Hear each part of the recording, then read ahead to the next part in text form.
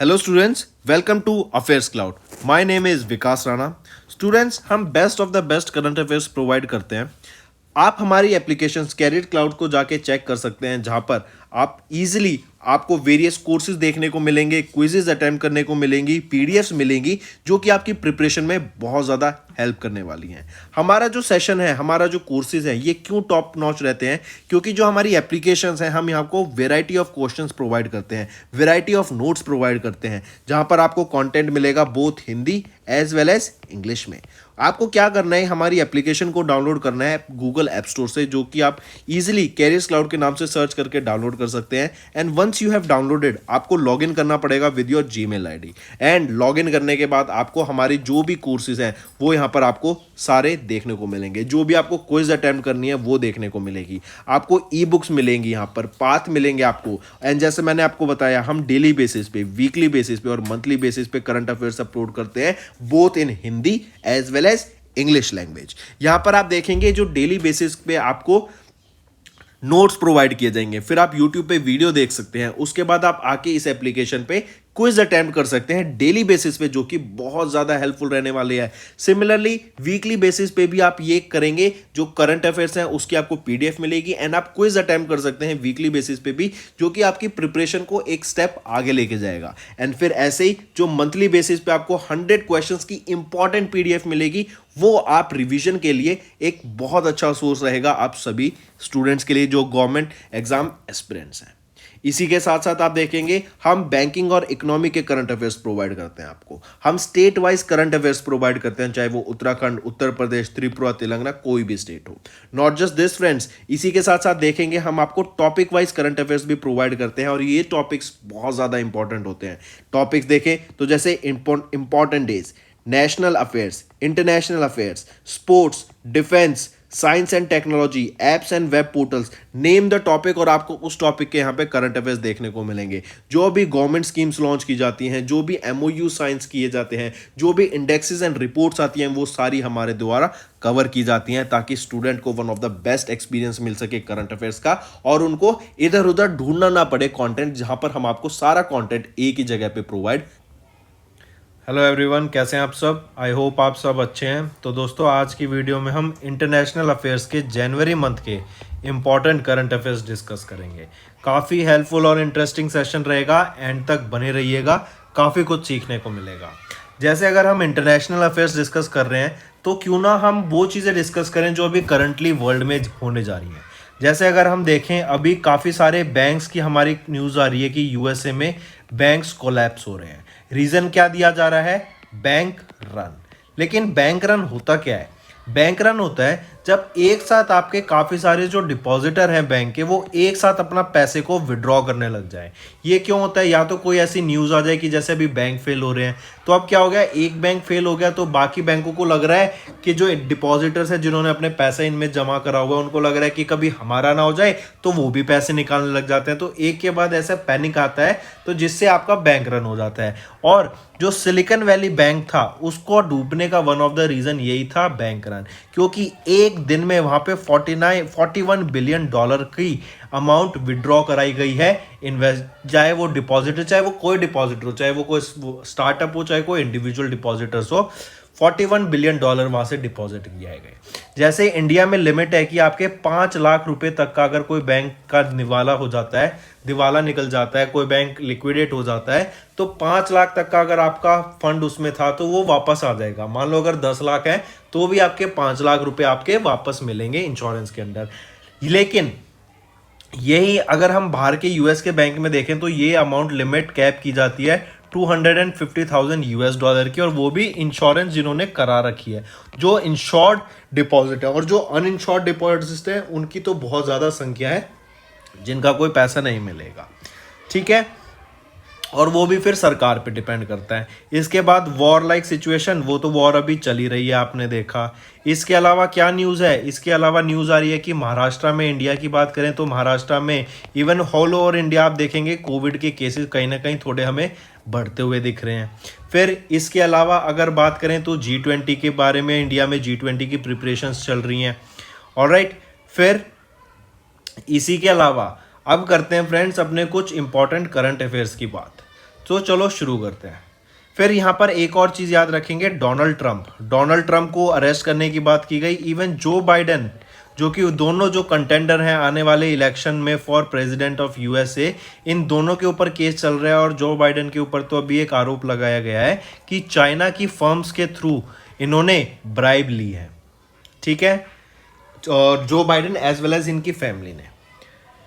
चलिए स्टार्ट करते हैं। सबसे पहला क्वेश्चन आ जाता है, यूनाइटेड नेशन सिक्योरिटी काउंसिल के द्वारा पहली बार ऐसा हुआ है 74 सालों में कि किस कंट्री में वायलेंस को खत्म करने की बात की गई और वहां पर जो पॉलिटिकल प्रिजनर्स हैं उनको रिलीज करने की बात की गई। तो वो कंट्री कौन सी हो जाती है? म्यांमार। हम जानते हैं यूनाइटेड नेशन सिक्योरिटी काउंसिल में 15 मेंबर्स होते हैं, तो 15 में से चाइना, इंडिया और रशिया, इन्होंने तो यहाँ पर म्यांमार के केस में वोट करने से ही मना कर दिया। और जो बचे बाकी 12, उन्होंने इसके फेवर में यस वोट किया और यहीं पर वायलेंस खत्म करने की और पॉलिटिकल प्रिजनर्स को आज़ाद करने की बात की गई। म्यांमार क्राइसिस में है सिंस द अरेस्ट ऑफ सू की। इनकी गवर्नमेंट को अरेस्ट कर लिया था 1 फरवरी 2021 में। अगर आपने देखा हो तो काफ़ी ज़्यादा फेमस हुई थी एक वीडियो जहां पर एक वीमेन अपना योगा कर रही थी और वहीं पे पीछे देखी जा रही थी कि मिलिट्री कूप हमें दिख रहा हुआ होते। ऑलराइट, तो वो कंट्री थी चाइना और वो कंट्री थी म्यांमार। नेक्स्ट बात करते हैं ट्यूबरक्लोसिस की। क्वेश्चन है, which of the following organization has released TB research funding trends 2005-2021 के लिए in December 2022 for which the funding for TB research and development has hit $1 billion world wide for the first time 2021 में। तो TB होता है tuberculosis, ये आपकी किसको effect करती है? लंग्स को इफेक्ट करती है। ये एक कम्युनिकेबल डिजीज है और इसको एलिमिनेट करने की अभी बात की जा रही है। कोविड-19 के बाद आप देखेंगे, क्योंकि कोविड-19 भी लंग्स पे इफेक्ट करता था, तो कोविड-19 के बाद जो टीबी के केसेस हैं इंडिया में वो हमें बढ़ते हुए दिखे हैं। और स्पेशली रूरल एरियाज में हम देखेंगे कि जिसको टीबी हो जाता है उसको सेक्लूड कर दिया जाता है, उसके साथ थोड़ा सा अलग रहते हैं, क्योंकि ये कम्युनिकेबल डिजीज है तो लोगों को डर लगता है। तो रूरल एरियाज में अवेयरनेस क्रिएट कराने के लिए कि टीबी एक क्यूरेबल डिजीज है, बेशक कम्युनिकेबल है लेकिन ये क्यूरेबल डिजीज है, इसको ठीक किया जा सकता है। इसीलिए जो लोगों को सेक्लूडेड फील ना कराएं उनकी सहायता करें। तो करेक्ट ऑप्शन आ जाता है यहाँ पे, ये 2 ऑर्गेनाइजेशन याद रखेंगे, treatment action group and stop TB partnership. इन दोनों ने टाई अप किया ताकि, और इन्होंने अभी रिसेंटली, ये वो ऑर्गेनाइजेशन है जो फंडिंग कलेक्ट कर रही है और 2021 में अगर हम देखें तो $1 बिलियन से भी ज़्यादा हमें यहाँ फंडिंग मिली है फॉर ट्यूबरक्लोसिस। यूनाइटेड नेशंस की अगर हम बात करें, इनका टारगेट रहेगा कि 2030 तक हमें ट्यूबरक्लोसिस को एलिमिनेट करना है वर्ल्ड से। नेक्स्ट क्वेश्चन है कि उस कंट्री का नाम बताओ जिन्होंने रिसेंटली यूरो करेंसी को एक्सेप्ट किया और वो पार्ट बन गए हैं euro border free Schengen zone के। देखो, ये 20वीं कंट्री बनी है जिन्होंने इसको ज्वाइन किया। पहली चीज तो ये याद रखेंगे, 20th country of the euro zone, और साथ ही साथ ये 27th कंट्री बन गए हैं किसके? शेनिगन जोन के। शेनिगन वो जोन होता है जहां पे आपको पासवर्ड फ्री जा सकते हो, आपको कोई पासपोर्ट नहीं देना। फॉर एग्जांपल आप इसका ये ले सकते हैं, जैसे इंडिया में एक स्टेट से दूसरी स्टेट आप इजी ट्रैवल कर सकते हैं, ऐसे ही इन 27 कंट्रीज में आप इजीली ट्रैवल कर सकते हैं विद दिस शेनिगन वीज़ा या शेनिगन जोन जिनको बोला जाता है। ठीक है, उसके लिए शेनिगन वीज़ा लगता है अगर हमें बाहर जाना है, इंडियंस को जाना है। तो कौन सी कंट्री है जिन्होंने अपनी करेंसी को छोड़ के यूरो को अपनाया? वो है क्रोशिया। अपनी करेंसी क्या थी? कूनो। इन्होंने अपनी करेंसी कूना, नॉट कूनो, कूना को छोड़ दिया और 1 जनवरी 2023 से इन्होंने अपना लिया है यूरो को।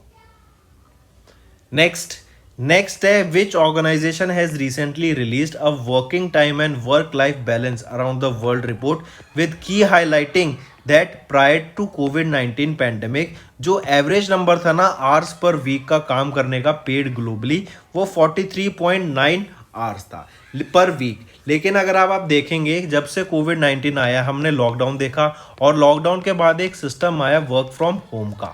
वर्क फ्रॉम होम खत्म हो गया तो फिर अब हाइब्रिड फॉर्मेट चल रहा है। हाइब्रिड फॉर्मेट में क्या होता है, हफ्ते में आपको 2-3 दिन ऑफिस जाना है और 2-3 दिन आप अपने घर से काम कर सकते हैं।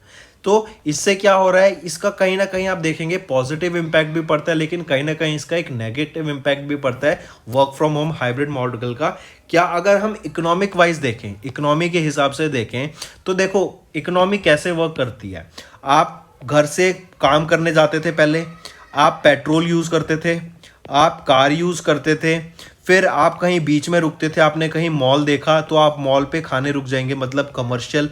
फिर आप देखते थे अगर आपका ऑफिस ज़्यादा दूर है तो आप क्या करते थे, ऑफिस के पास कहीं रहने का देखते थे, तो वो आपका real estate, residential real estate हो गया। फिर आपका खाना पीना बाहर से हो जाता था, आप घूमने जाते थे। तो ये सारी इकोनॉमी एक तरीके से वर्किंग रहती थी, एक दूसरे के साथ इंडल्ज रहती थी। लेकिन वर्क फ्रॉम होम होने से क्या हुआ कि जो एम्प्लॉयज़ ये सब काम कर रहे थे उनका क्या हो गया, सिर्फ अब घर से काम होने लग गया, होम से वो काम करने लग गए।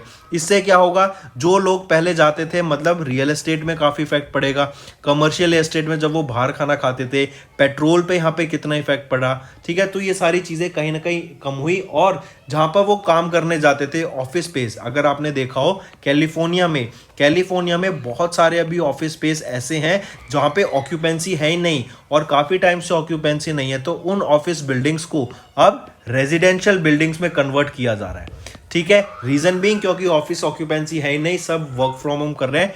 और कोई बड़ी बात नहीं है कि वर्क फ्रॉम होम का ये जो हाइब्रिड कल्चर है ये कैरी रह सकता है, लेकिन there is a high chance अगर हमें इकोनॉमी को सुधारना है तो कहीं ना कहीं हमें हाइब्रिड मॉडल से वापस से जो पुराना मॉडल था ऑफिस मॉडल, वहां पे शिफ्ट होना ही पड़ेगा, ठीक है। तो क्वेश्चन कह रहा है यही कि जो पहले वर्क लाइफ बैलेंस था, हमने देखा जैसे पहले लाइफ चलती थी, उसके बाद पहले 43.9 आवर्स वीक स्पेंड किया जाता था, लेकिन जब से कोविड आया है तो एक अलग से हम वर्किंग टाइम भी देख रहे हैं और हम देख रहे हैं कि काफ़ी ज़्यादा चेंजेस आए हैं। पूछा जा रहा है ये रिपोर्ट किसके द्वारा रिलीज़ की गई है, तो ये रिपोर्ट रिलीज़ की गई है ILO, इंटरनेशनल लेबर ऑर्गेनाइजेशन के द्वारा। Next, which of the following countries, इन्होंने यूनाइटेड नेशन सिक्योरिटी काउंसिल को ज्वाइन किया for 2 years along with Japan and Malta. तो यूनाइटेड नेशन सिक्योरिटी काउंसिल को ज्वाइन करने वाली कंट्री कौन सी बन गई। अच्छा, यहाँ पर याद रखें इंडिया का भी टाइम पीरियड खत्म हो गया, 31 दिसंबर 2022 को इनका टाइम पीरियड यहाँ खत्म हो गया था। लेकिन इंडिया के साथ साथ India, Ireland, Kenya, Mexico and Norway, in countries को रिप्लेस करेंगी 5 कंट्रीज। और वो 5 कंट्रीज कौन सी हैं, Ecuador, Switzerland, Mozambique, Japan and Malta. ये वो 5 कंट्री हैं जो इन 5 कंट्रीज को रिप्लेस करेंगी to be a part of United Nation Security Council, और ये 2 साल के लिए इनका टर्म रहेगा। Next, Nikkei Asia report. अभी निकेई एशिया रिपोर्ट रिलीज की गई और यहाँ पे बात की गई ऑटो मार्केट की। ऑटो मार्केट हो गया ऑटोमोबाइल्स, यहाँ पे बात की जाती है कार्स की, ट्रक्स की, यहीं पर हम बात करेंगे ऑटोज़ की, यहीं पर हम बात करेंगे बसेस की, ठीक है। तो मतलब जो भी ऑटो व्हीकल हो गया आपका। तो अभी क्वेश्चन पूछा जा रहा है कि निकेई एशिया रिपोर्ट के हिसाब से जनवरी में इंडिया ने किस कंट्री को सरपास कर लिया है to become the 3rd largest auto market in the world. वो है जापान को सरपास कर लिया और जापान अब 4th बन गया है। यहीं पर अगर हम देखें तो एक जापान की कंपनी है मारुति सुजुकी, इंडिया में ये प्रोडक्शन अपना स्टार्ट करी है and it is one of the largest plant of Maruti Suzuki, जो कहाँ पर है, IMT खरखौदा में है। और ये IMT खरखौदा कहाँ पर आ जाता है, ये हरियाणा में है आपका। और ये आपका KMP से KMP से बिल्कुल लगता हुआ है आपका, ये KMP से बिल्कुल लगता हुआ आपका ये IMT। और ये आने वाले टाइम में आप देखेंगे काफ़ी इंपॉर्टेंट रहेगा, क्योंकि यहीं पर मारुति सुजुकी आप देखेंगे इलेक्ट्रिक व्हीकल्स को डेवलप करेगी और 10 लाख इलेक्ट्रिक व्हीकल्स हर साल यहाँ पे डेवलप करने की बात की जा रही है। तो आने वाले टाइम में काफ़ी इंपॉर्टेंट इंडस्ट्रियल जोन ये बनने वाला है। तो वापस आते हैं, निकेई एशिया रिपोर्ट के हिसाब से इंडिया 3rd लार्जेस्ट मार्केट बन गई है और इन्होंने किसको रिप्लेस किया है, जापान को रिप्लेस किया from the 3rd position. Next आ जाते हैं Henley passport index. Henley passport index, हम पासपोर्ट की बात करते हैं, पासपोर्ट की बात कर रहे हैं तो याद रखेंगे यहाँ पर हेनले पासपोर्ट इंडेक्स बताता है कि किस पासपोर्ट, किस कंट्री के पासपोर्ट की कितनी पावर है, वो कितना स्ट्रांग है, ठीक है। तो यहीं पे ध्यान रखेंगे, अगर मैं बात करूँ सबसे स्ट्रांग पासपोर्ट वर्ल्ड में किस कंट्री का है, तो वो जापान का है 1st पोजीशन पे। जापान के लोग 193 countries out of 199 countries and 227 destination, travel destination में से 193 ऐसी जगह हैं जहाँ पे ये वीज़ा फ्री जा सकते हैं। और वहीं पर 2nd पोजीशन पे आ जाती हैं आपकी 2 कंट्रीज, सिंगापुर और साउथ कोरिया, ये 192 जगह जा सकते हैं। 3rd पोजीशन पे आ जाता है जर्मनी। और इंडिया की रैंक बात करें तो इंडिया 85th पोजीशन पे आ जाता है in this Henley and passport index. तो सबसे ज्यादा पावरफुल पासपोर्ट किसका है? जापान का है, याद रखेंगे। नेक्स्ट बात करते हैं, नेम द ऑर्गेनाइजेशन जिनके द्वारा भी एक रिपोर्ट रिलीज की गई जो है ग्लोबल रिस्क रिपोर्ट 2023। ये एक की फाइंडिंग थी, the cost of living crisis and digital inequality among India's risk. देखो, हम जानते हैं कि हीट वेव्स की बात की जा रही है अभी यहाँ पर इंडिया में, जिससे मैंने बताया था कि इलेक्ट्रिसिटी के प्राइस बढ़ जाएंगे और फूड के प्राइस बढ़ जाएंगे। फिर वॉर चल रही है, वॉर से मैंने आपको बताया कि पेट्रोल के प्राइस आने वाले टाइम में बढ़ सकते हैं, पूरा चांस है। फिर आपने देखा बैंक कोलैप्स हो गया अभी, बैंक कोलैप्स की वजह से क्या होगा, जो फाइनेंशियल इंस्टेबिलिटी आएगी और रिसेशन के चांसेस आते हैं। और अगर यूएस में रिसेशन आता है तो आप देखेंगे पूरी दुनिया में रिसेशन आएगा। तो ये कुछ ऐसे इम्पैक्ट हैं जिसकी वजह से आप देखेंगे आने वाले टाइम में जो कॉस्ट ऑफ लिविंग इंडेक्स है वो बहुत ज़्यादा बढ़ जाएगा, महंगाई बहुत ज़्यादा होने वाली है, जो आम नागरिक है उसके लिए महंगाई बहुत ज़्यादा बढ़ जाएगी, और जो ये इनइक्वालिटी है अमीर और गरीब लोगों के बीच में वो आप देखेंगे वो और ज़्यादा शूट अप हो जाएगी। जो डिजिटल इनइक्वालिटी भी है वो भी आप देखेंगे बहुत ज़्यादा शूट अप हो जाएगी, क्योंकि जिन लोगों को नॉलेज है, जिनके पास पैसे हैं, वो इन चीज़ों का बेनिफिट ले पाएंगे, लेकिन ऑन द अदर हैंड जिन लोगों के पास ये अवेलेबिलिटी नहीं है, अवेयरनेस नहीं है, वो इस चीज़ डिजिटाइजेशन का फ़ायदा नहीं ले पाएंगे। तो क्वेश्चन यही है कि किसके द्वारा ये रिपोर्ट रिलीज की गई? तो WEF वर्ल्ड इकोनॉमिक फोरम के द्वारा ये डाटा रिलीज किया गया। यहीं पे वर्ल्ड बैंक की बात करूं तो वॉशिंगटन DC हेडक्वार्टर, IMF की बात करूं तो वॉशिंगटन DC हेडक्वार्टर रहेगा। नेक्स्ट बात करते हैं पंक्चुअलिटी के बारे में। ठीक है, वो कौन सा सबसे पंक्चुअल एयरलाइन है इंडिया की और एयरपोर्ट है? अगर इसी की बात करें तो according to OAG punctuality league 2023 report जो कि जनवरी 2023 में आई, which of the following airlines and airports are among the 20 most punctual airlines and airports globally in terms of on time performance in 2022? तो IndiGo and Coimbatore international airport, ये आपका कोयम्बटूर तमिलनाडु में है, याद रखेंगे। इंडिगो की रैंक रहेगी 15वीं और कोयम्बटूर इंटरनेशनल एयरपोर्ट की रैंक रहेगी 13 among the top 20 airlines and airports in the world. ठीक है, याद रखेंगे इसको, काफी इंपॉर्टेंट। मूविंग ऑन, नेक्स्ट बात करते हैं, according to world social report 2023 the number of people who are age 65 plus, उनकी जो क्वांटिटी है, बेसिकली कहीं उनका जो टोटल नंबर है लोगों का जो 65 प्लस के लोग हैं, अभी 761 मिलियन था 2021 में। बोला जा रहा है कि ये डबल होने वाला है, 1.6 बिलियन के करीब हो जाएगा। कब तक? 2050 तक। तो ये 2050 तक।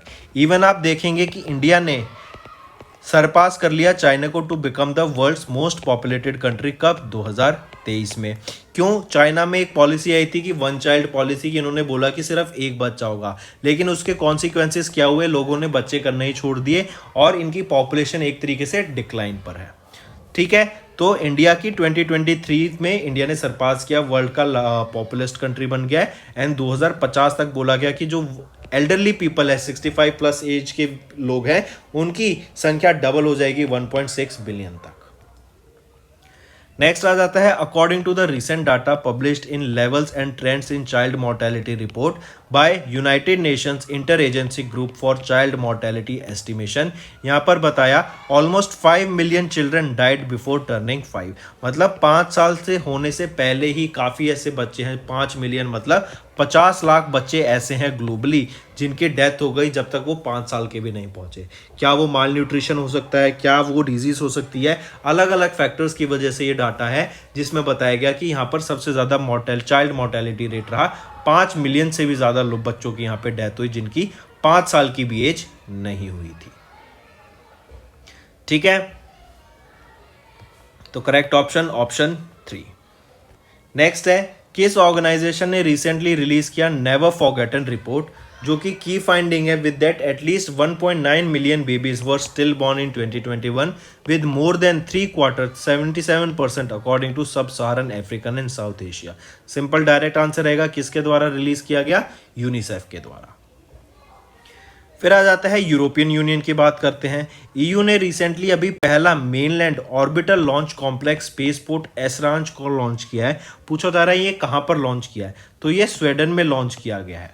ठीक है, याद रखेंगे पहली चीज। फिर इसी के साथ साथ याद रखेंगे ये new satellite launch and reusable rocket test facility है एट एसरेंज स्पेस सेंटर, जो कि नियर है किरुना सिटी के इन स्वीडन। एंड इसी के साथ साथ जो पहला सैटेलाइट लॉन्च रहेगा फ्रॉम स्पेसपोर्ट एसरेंज, यह शेड्यूल किया गया बाय अर्ली 2024। चंद्रयान 3 की मैं बात करूं, Chandrayaan mission not 3, Chandrayaan mission की मैं अगर बात करूं तो वो अभी लॉन्च किया जाने वाला है जून 2023 में। किसके द्वारा?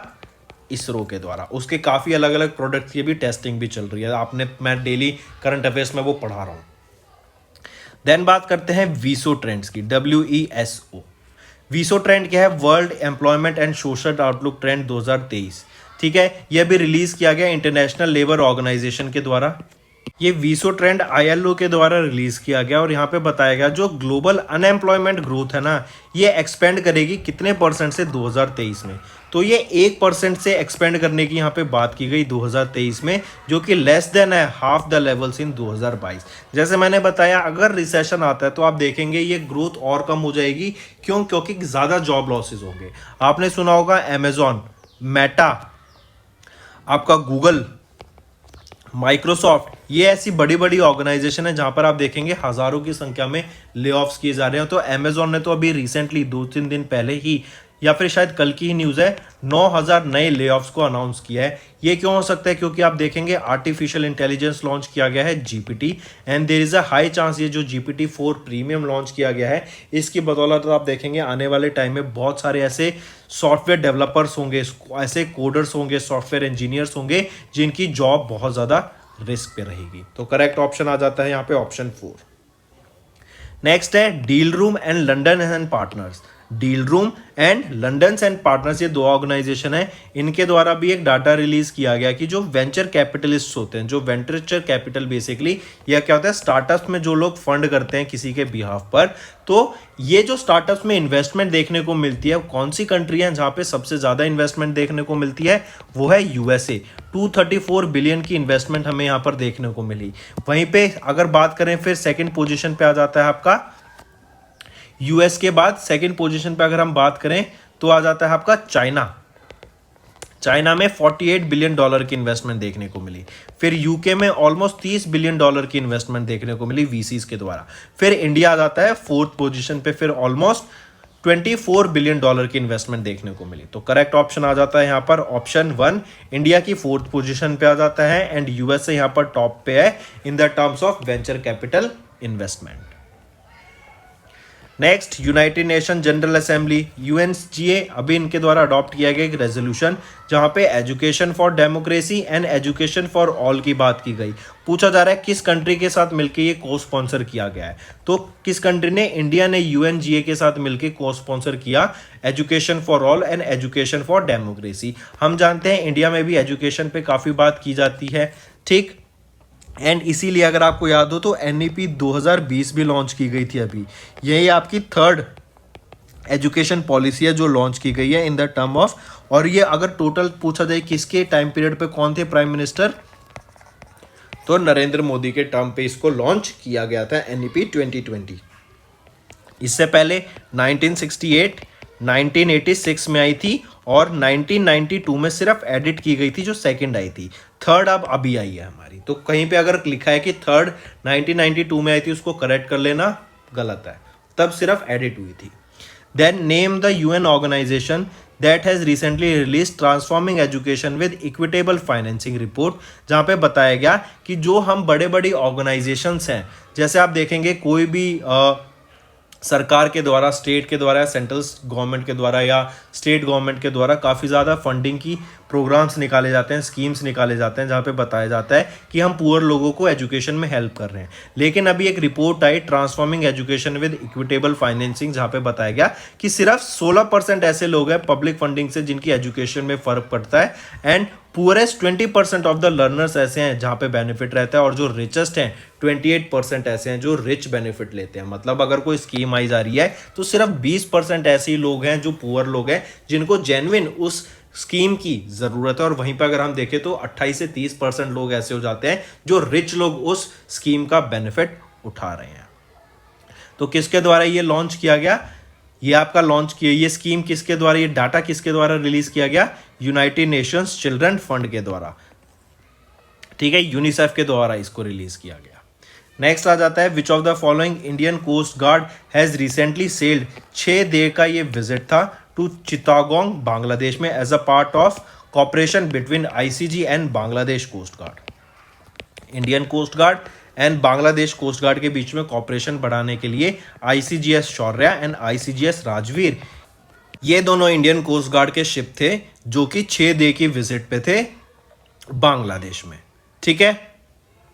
और यहीं पे याद रखेंगे, अगर इनकी बात की जाए 13 से लेके 19 जनवरी के बीच में ये आपका इवेंट हुआ था।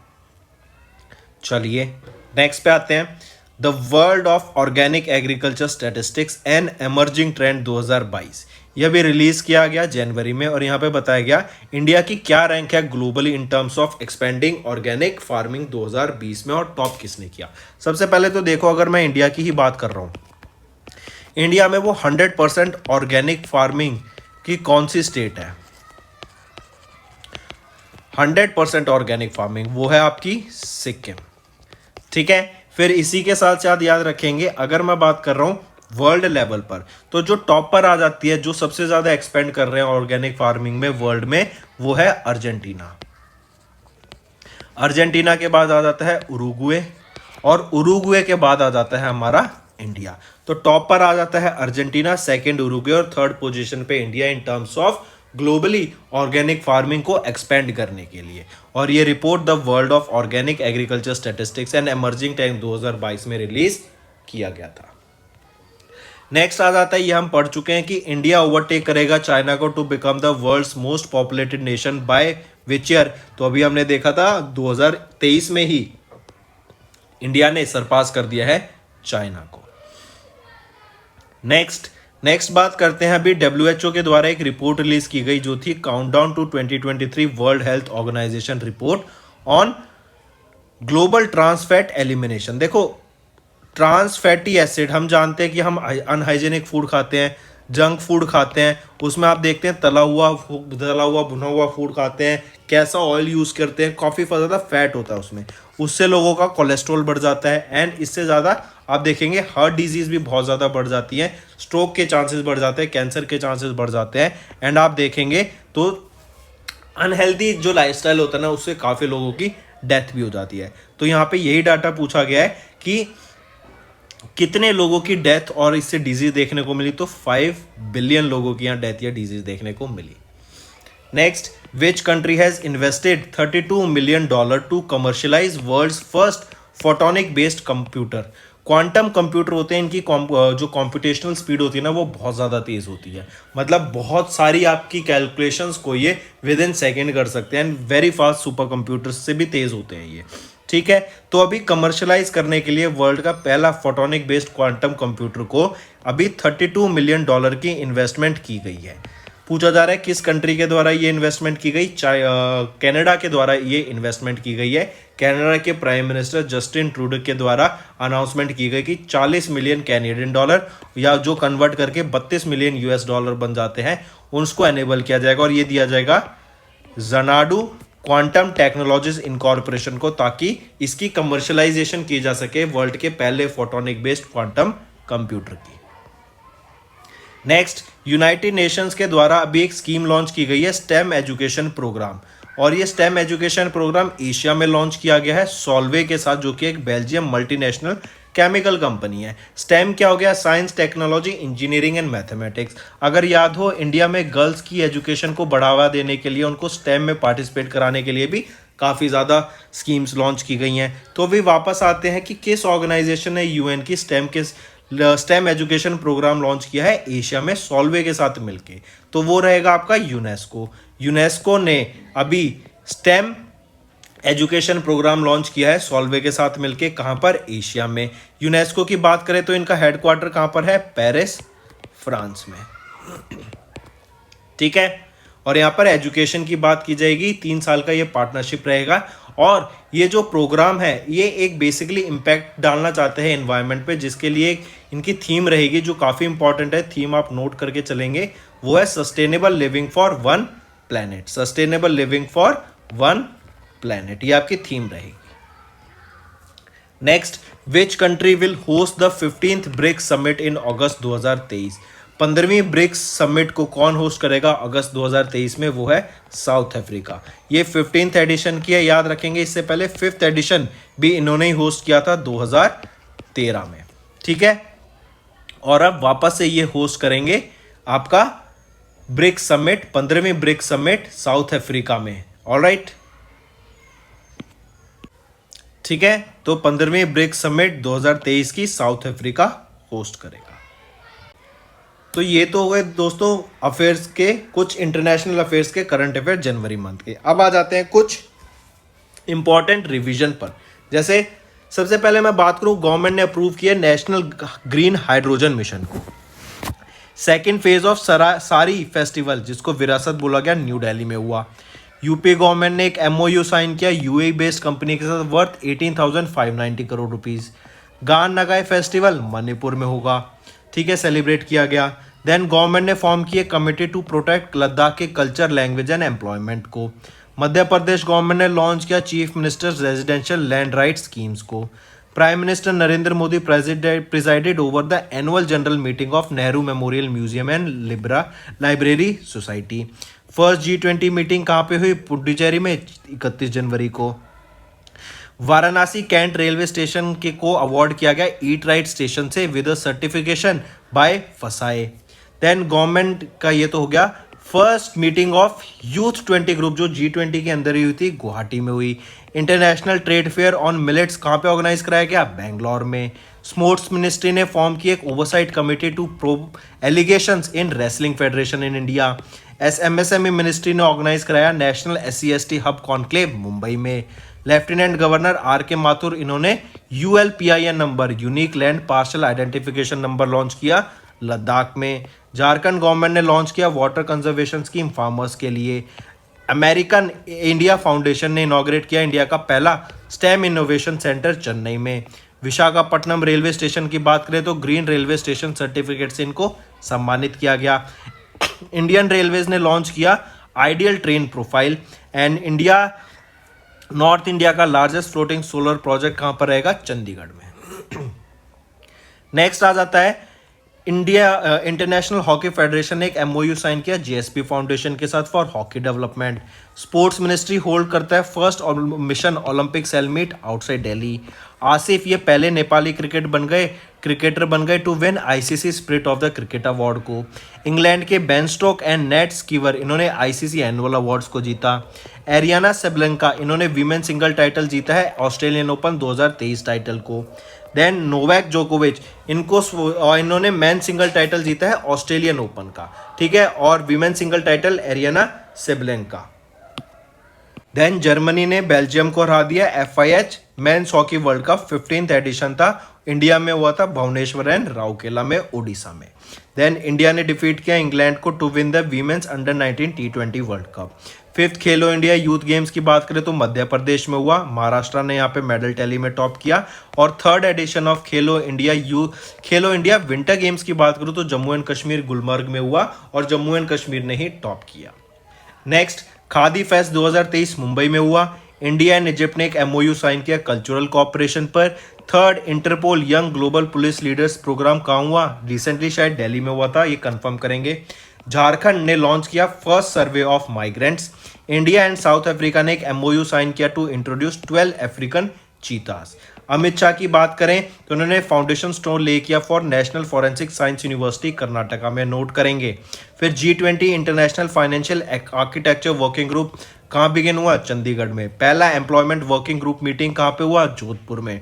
इंडिया का G20 शेरपा अमित कांत जी, इन्होंने इनॉग्रेट किया इंडिया का पहला मॉडल G20 समिट को। प्राइम मिनिस्टर और G20 की अगर मैं थीम की बात करूँ क्या रहेगी? वासुदेव कुटुंबकम। देन PM मोदी ने रिलीज किया स्पेशल 75 रुपीज का coin to mark the 75 successful years of NCC national cadet corps. UP government ने लॉन्च किया समग्र शिक्षा अभियान।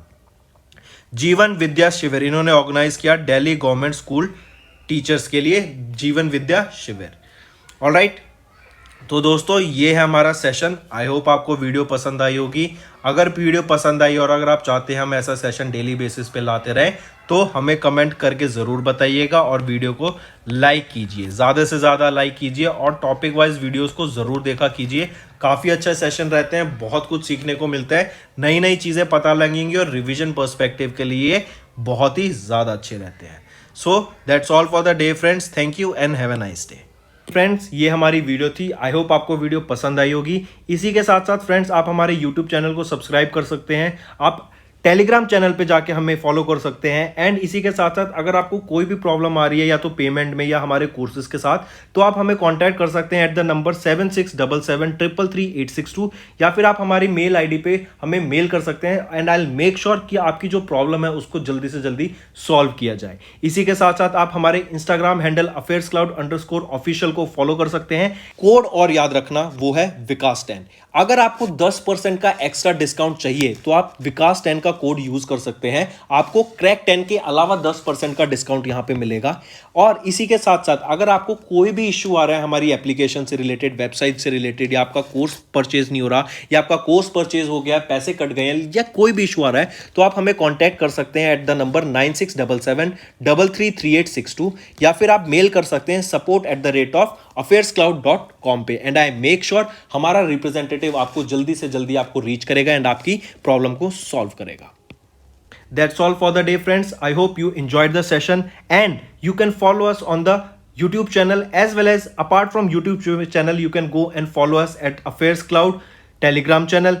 And if you have any queries related to the content or the of courses offered to you or the payment which you did on the application, you can contact us on the number provided, that is 7677333862.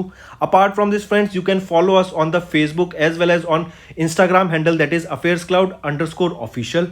In the end friends, if you use a code that is Vikas10, you will be getting an additional extra 10% discount by using this code Vikas10.